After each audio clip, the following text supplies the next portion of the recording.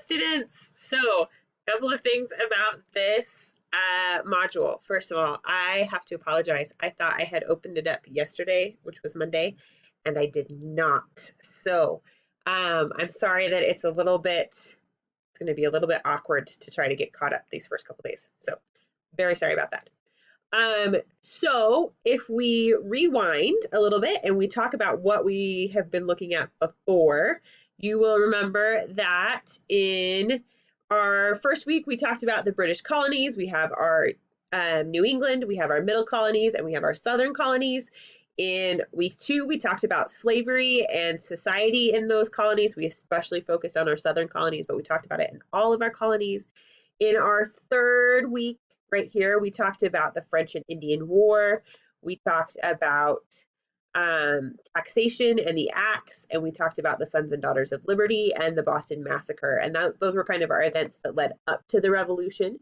Then we talked about the difference between the Revolution and the War for Independence, right? The Revolution starts before the war and it lasts till after the war.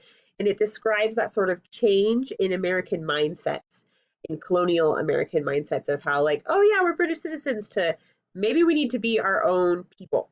In this unit, we're going to continue that discussion when we look at the actual Declaration of Independence and the actual separation that's going to happen here. So this week, we are talking about a book called Common Sense that totally changes Americans' thoughts.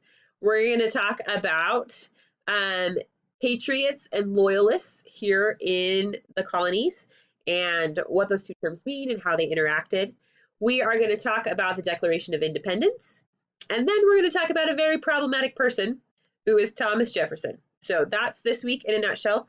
I also am going to ask you to give me some feedback on how we're doing. So you'll notice that Tuesday looks like a lot of assignments. All of these assignments are very small, so you should be able to just whip them out pretty quickly. The Common Sense assignment, that's this one too, is pretty small as well. So should be pretty quick. As always, let me know if stuff isn't working, if it's going poorly. I'm hoping to have your grades all cut up by this Friday. So you should be able to check Skyward or Canvas for that. I probably would check both and make sure they match. I think I fixed all the problems that we had last quarter with Skyward and Canvas not talking to each other, but who knows, right? Who knows? So we'll see how it goes. Anyway, I'll see you Thursday, and good luck.